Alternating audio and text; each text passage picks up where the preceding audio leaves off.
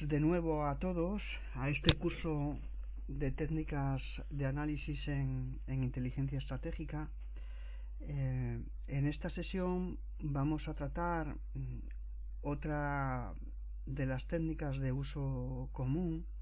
En esta ocasión se va a tratar de una técnica de modelización, el análisis de riesgos adversarios aplicado a la lucha contraterrorista. Es una técnica no sencilla, hay que decirlo, no es una técnica sencilla de aplicar ni de entender, pero creo que es importante tener unos conocimientos básicos de ella, al menos saber lo que hace y saber para qué sirve, ¿no? Básicamente la técnica de análisis de riesgos adversarios trata de modelizar escenarios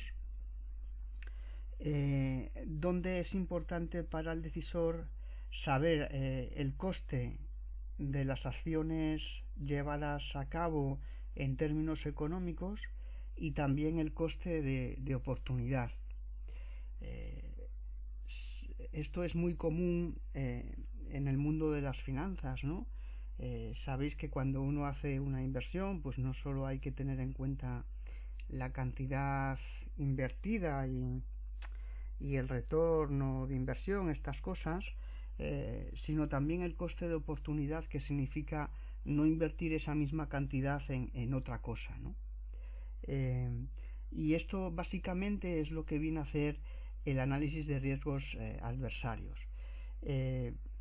Por esa razón es muy versátil y se suele utilizar para modelizar bastantes cosas, aparte de temas de seguridad y defensa. Como estamos viendo, el ARA es aplicable a otros campos de investigación, ¿no?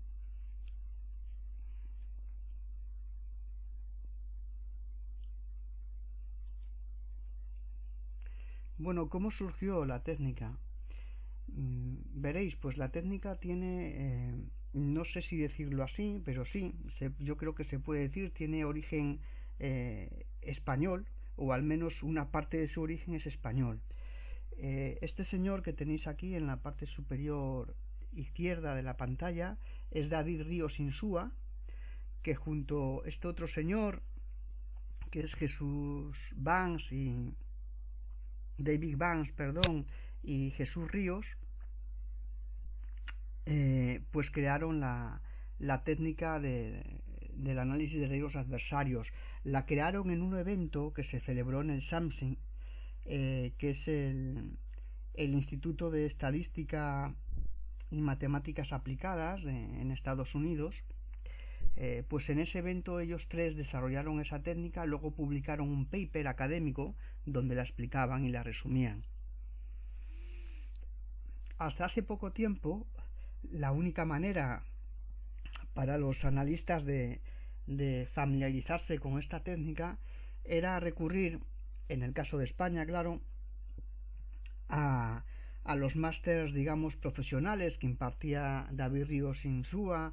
Recuerdo que había uno de Ingeniería de Sistemas de Decisión que se impartía en la Universidad Rey Juan Carlos, que yo cursé, por cierto, donde David Ríos Insúa explicaba, entre otras muchas cosas, esta técnica de análisis, ¿no?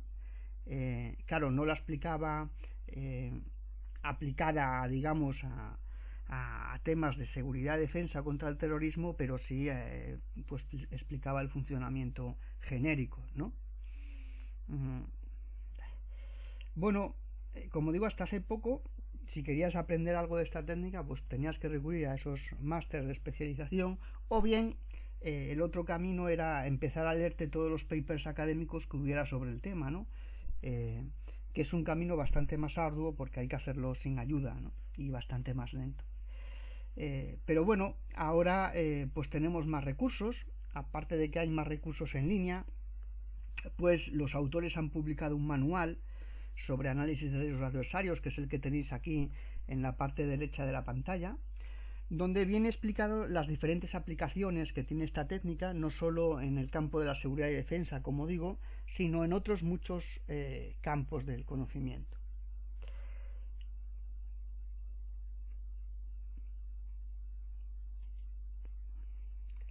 Bueno, ¿en qué consiste el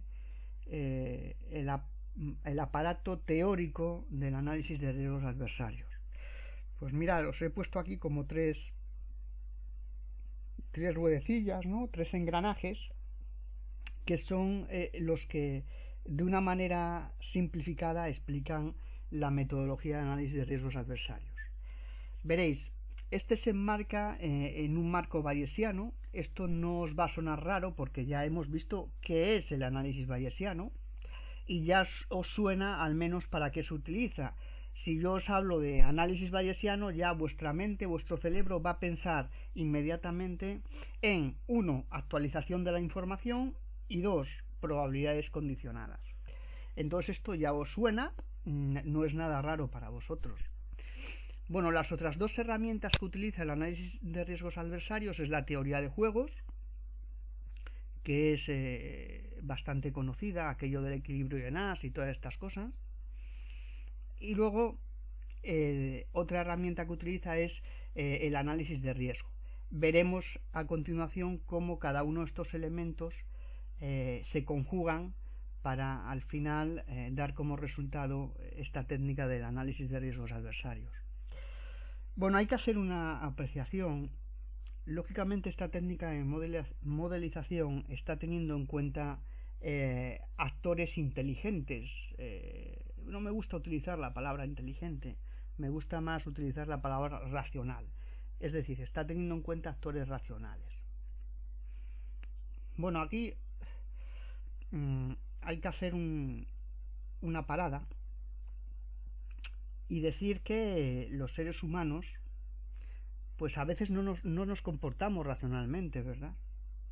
Esto lo explica muy bien Robert McNamara, el que fuera secretario de Defensa de los Estados Unidos, en un documental que os invito a ver si no habéis visto todavía, The Fog of the War, La niebla de la guerra.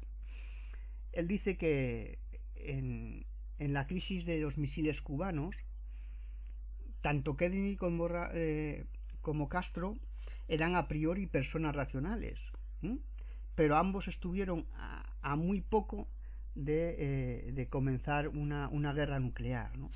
Y con esto quiere decir Robert McNamara que los humanos sí somos seres racionales, pero que no siempre nos comportamos de una manera racional, ¿no? Porque pues juegan otros factores aparte de la mera racionalidad. Bueno, pero esto, más que un obstáculo para esta técnica, es una delimitación válida para ella, y los mismos autores lo explican así. Está pensada para actores racionales y sabiendo que pues que lo que os acabo de explicar, ¿no?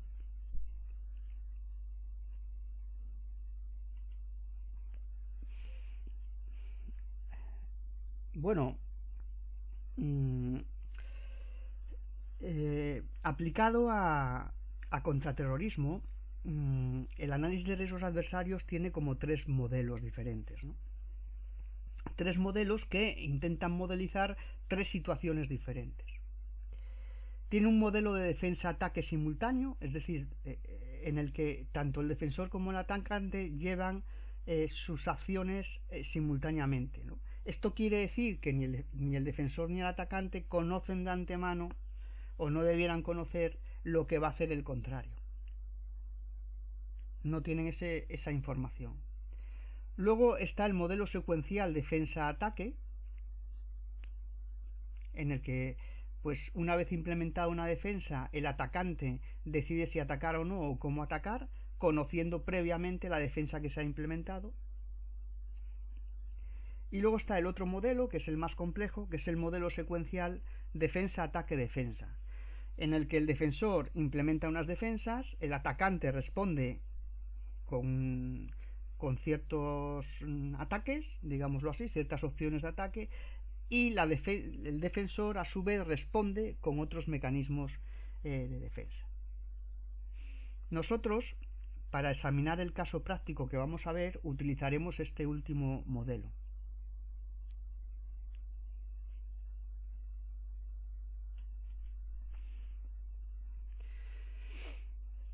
Bueno, aunque os he dejado los apuntes, que son bastante extensos, porque están basados tanto en el profesor David Ríos Insúa como en un trabajo del profesor Moro, precisamente aplicado a estos temas, aunque a otro tema diferente al que lo voy a aplicar yo, pero vamos, los conceptos teóricos están bastante desarrollados porque ya os digo que se han cogido resumiéndolos, sintetizándolos de ahí.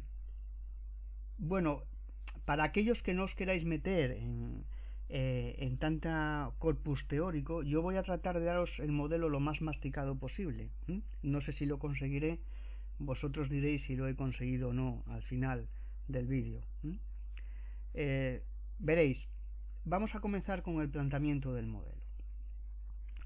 Como os dije, vamos a escoger el último modelo, que es defensa, ataque, defensa, ¿no? Entonces, supongámonos que nosotros somos los defensores y tenemos varias opciones a implementar de defensa. De su 1.1, de su 1.2, de su 1.3, así hasta las que queramos.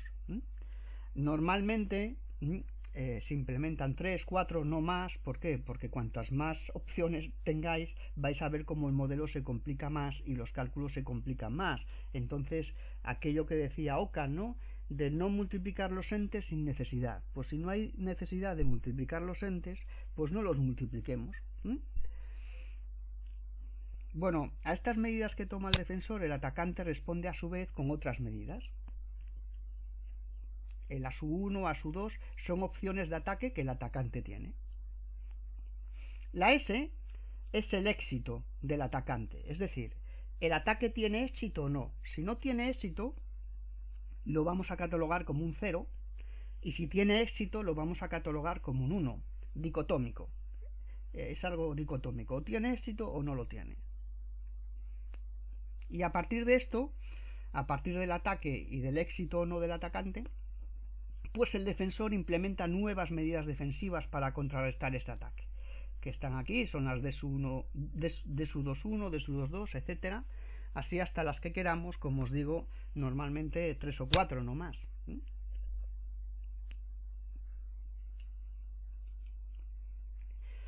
Bueno, ese era ahora el planteamiento genérico. Ahora vamos, ¿qué aporta, digamos, la teoría de juegos a este modelo? Pues bueno, lo que aporta la teoría de juegos va a ser la función de utilidad. Es decir, una utilidad, una función de utilidad que intenta ver las ganancias posibles o pérdidas en cada caso. ¿Qué parámetros le vamos a meter a esta función de utilidad? Bueno, en el caso del defensor le vamos a meter la acción defensiva que tomemos, la primera acción defensiva, la S, es decir, si el ataque ha tenido o no éxito, y la segunda opción defensiva. Y en el caso del atacante, la función de utilidad va a tener el tipo de ataque que se realiza, si este tiene éxito o no, que es la S que veis ahí, y después la D2, que es la acción del defensor. ¿Y cómo veis? ¿Cómo vamos a utilizar todo esto? Pues como veis aquí abajo, aquí en las probabilidades de abajo, pues son probabilidades condicionadas. Esto nos está hablando, pues lógicamente ya de que nos estamos dirigiendo hacia un marco bayesiano. Bueno, ¿y qué aporta el análisis de riesgos adversarios? Pues bueno, esa función de utilidad que nos hemos sacado de la manga de la teoría de los juegos, pues lo que vamos a hacer va a ser maximizarla, optimizarla lo máximo que podamos. ¿Para qué? Para que nos arroje un resultado sobre costes lo más optimizado posible. Y como siempre, pues les metemos los parámetros que habíamos dicho anteriormente, solo que a esa función de utilidad, que normalmente va a ser una exponencial, o en el caso que vamos a hacer va a ser una exponencial, la vamos a intentar maximizar.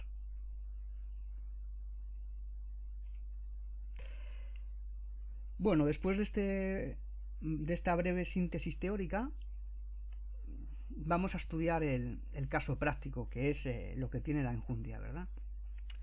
Veréis, yo he modelizado un caso de secuestro de un convoy de ayuda humanitaria, basándome, como digo, tanto en los apuntes del profesor Ríos como en los trabajos del profesor Moro. Entonces, veréis, aquí en el DSU 1 tenéis las primeras acciones defensivas que podemos llevar. Imaginaros, nosotros tenemos que llevar un convoy de ayuda humanitaria con los cooperantes, con la ayuda humanitaria, camiones, estas cosas. Bueno, podemos elegir una opción defensiva. La primera es no hacer nada, no llevar a cabo ninguna acción preventiva, es decir, nos fiamos. Decimos, bueno, no es un territorio hostil y estas cosas, no hay bandas, parece que no hay banda terrorista o grupos terroristas cerca, parece que podemos tener un recorrido tranquilo, así que no implementamos ninguna medida defensiva. Vale, lógicamente esto, pues previamente se ha hecho un análisis de la zona, un análisis de actores, bueno, todas estas cosas que hacen los analistas de inteligencia antes incluso de implementar esta técnica, ¿no? Bueno, la segunda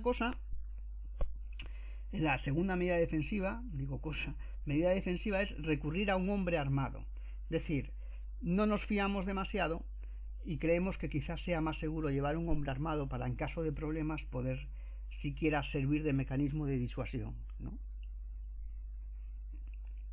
Y la tercera opción defensiva es ya que no nos fiamos ni un pimiento de la cosa, que vamos a un territorio hostil en el que están activos diferentes grupos terroristas y tememos que nuestra ayuda humanitaria no llega a destino, con lo cual pues recurrimos a seguridad privada y contratamos un equipo armado.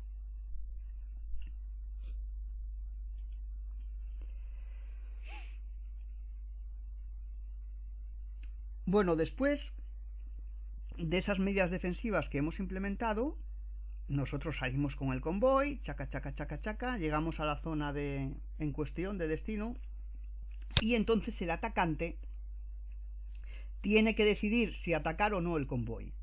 Va a tener dos opciones, ¿no? Dicotómicas: ataco o no ataco, ¿no? Y la S que veis aquí, la S0 es que ataca y no tiene éxito, y la S1 es que ataca teniendo éxito. Bueno, pues a partir de lo que haga el atacante, nosotros como defensores podemos implementar también varias opciones dependiendo de lo que él haya hecho. La primera de ellas, no responder de ninguna manera, es decir, supongamos que ellos nos atacan, tienen éxito, se quedan con el convoy, con los cooperantes y con la ayuda humanitaria. Y nosotros como gobierno, o el que tenga que tomar la decisión en este caso, decide no responder de ninguna manera a la demanda de los secuestradores, que van a pedir un rescate seguramente,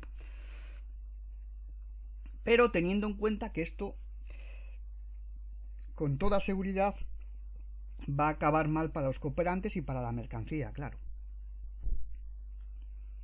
La segunda opción, bueno, pues pagar la cantidad exigida por los secuestradores en el rescate y liberar así a los cooperantes.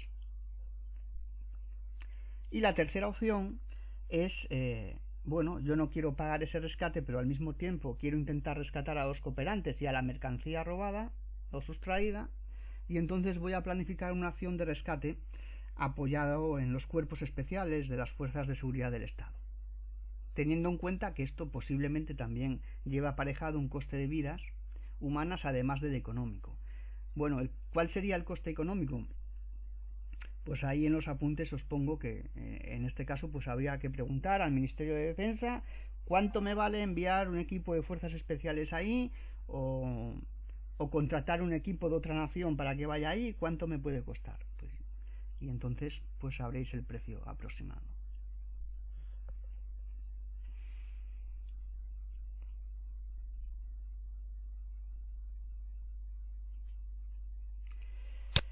Bueno, aquí tenéis el árbol de decisión. Bueno, aquí tenéis, veis las acciones del defensor, la primera acción, la segunda acción, la tercera acción, las acciones que puede tomar el atacante. En cada una de las acciones del defensor decide, por ejemplo aquí, si el defensor no hace nada, el que es el D1-1, el atacante decide A-1 o A-2, es decir, atacar o no atacar. Si ataca, que es A-1, puede tener éxito o fracaso. Si tiene fracaso, ahí se acaba la historia. Si tiene éxito, el defensor a su vez aplica las 3 medidas defensivas que vimos. Y así con todos los que veis aquí debajo.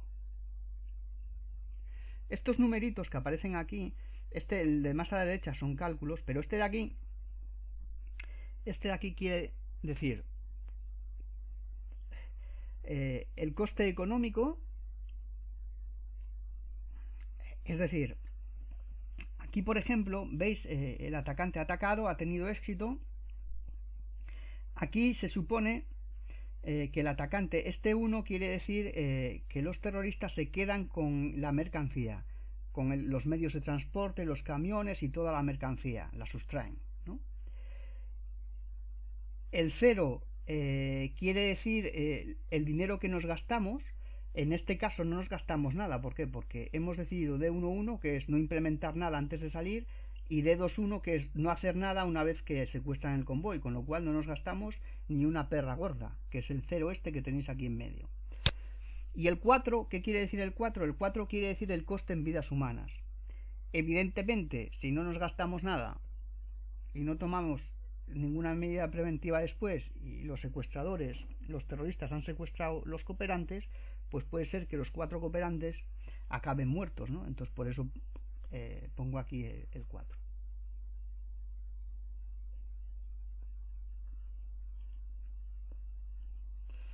Bueno, ahora vamos a la siguiente parte, que yo creo que aparte de los cálculos, hombre, los cálculos, una vez que vais a tener la sintaxis, el código en R, va a ser fácil aplicarlos, ¿no? Esta quizás es la parte más complicada, porque dependiendo del caso que estéis estudiando tenéis que calcular los costes, y esto no siempre es fácil. Cuando hablamos del coste de una vida humana, pues no es fácil calcular eso, ¿no? Si es que se puede calcular, pero pues hay que hacerlo, y hay que tener en cuenta varias fuentes o lo que te digan tus superiores al respecto, ¿no? Bueno, aquí veis, os pongo las acciones defensivas, las primeras acciones y las acciones después del ataque. No hacer nada, como veis, tiene un coste 0. Un hombre armado tiene ese coste. Aquí en el hombre armado claro, hay que pagar el costo del salario, el armamento, los seguros, todo, ahí va incluido todo. ¿Por qué utilizo millones de euros como medida?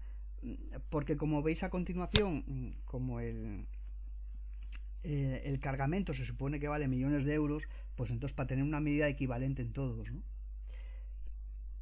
Y luego el equipo armado, que tiene ese coste. ¿Cómo he calculado esto? Bueno, os lo pongo en los apuntes, ¿no? Cómo he llegado a esas conclusiones de cuánto vale esto. Pero bueno, no deja de ser una cosa también un poco subjetiva y abierta a modificaciones, como entenderéis, ¿no? Como digo, es un trabajo que debéis llevar a cabo vosotros, ¿no? Estudiando cada caso en concreto. Bueno, y aquí os pongo lo que veíamos en la anterior diapositiva, el diagrama de árbol.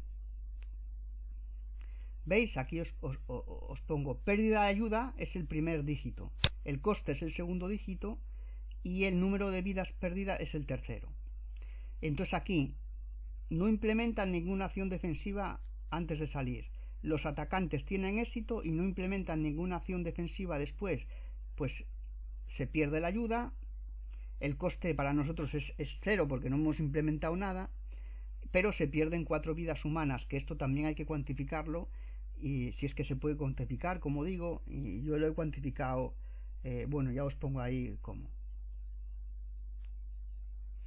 Bueno, y así sucesivamente, ¿no? Por ejemplo, aquí la segunda opción era contratar un hombre armado, como veis no, aquí es pagar no hacer nada, pero después pagar el rescate, con lo cual el rescate que está valorado en 2,3 millones, pues ese es nuestro coste. ¿Qué pasa? Que no tenemos coste antes porque no hemos hecho nada, ni tenemos coste después en número de vidas, ni en estas cosas. Bueno, pues así, esto es lo que tenéis que hacer con todas y cada una de las opciones que tengáis. Como os digo, a más opciones defensivas, más opciones del atacante y más opciones defensivas secundarias, el modelo se va a complicar más cálculos tendréis que hacer. Bueno, esto es desde el punto de vista del... Bueno, esto no, esto ya es cuantificando el coste en vidas y sumándolo al coste económico que ya teníamos, pues estos son los resultados. Fijaros muy bien en estos números, porque luego cuando os dé el código de sintaxis en R, veréis que en las funciones de utilidad exponenciales aparecen estos números. Claro, vosotros en vuestro caso, si estas cantidades cambian, también tenéis que cambiarlas en el código. No me pongáis 15-16 en la sintaxis y en vuestro modelo esto vale, el coste es 14. Pues si es que el coste 14, en vez de donde pone un 15-16, tenéis que poner 14, ¿no?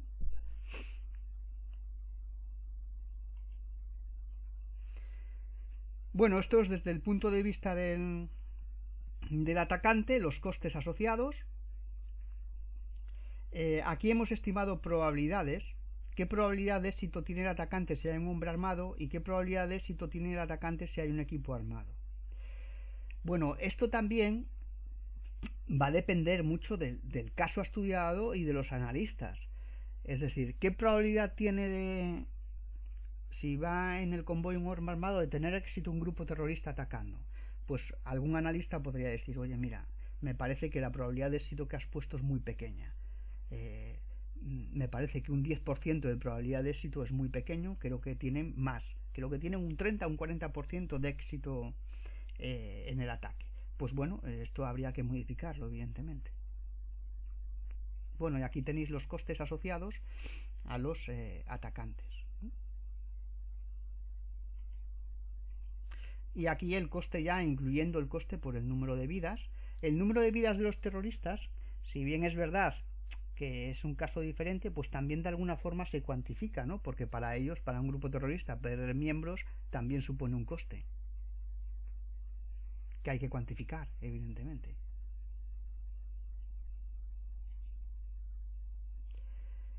Y bueno, hasta aquí pues esta modelización del análisis de riesgos adversarios. Como os digo, os voy a dejar el código de sintaxis. El código que os he dejado corre nada más copiar y pegar en R o en RStudio y el código corre. Y os va a arrojar los resultados en probabilidades y en estas cosas. Como os digo, estar atentos a los costes, a dónde hay que meter los costes. Si tenéis un coste diferente, pues tendréis que cambiar ese coste, ¿no? Pero el código en sí, pues funciona, lo he probado y funciona a la primera, ¿no? Pues muchas gracias por vuestra atención y un saludo a todos.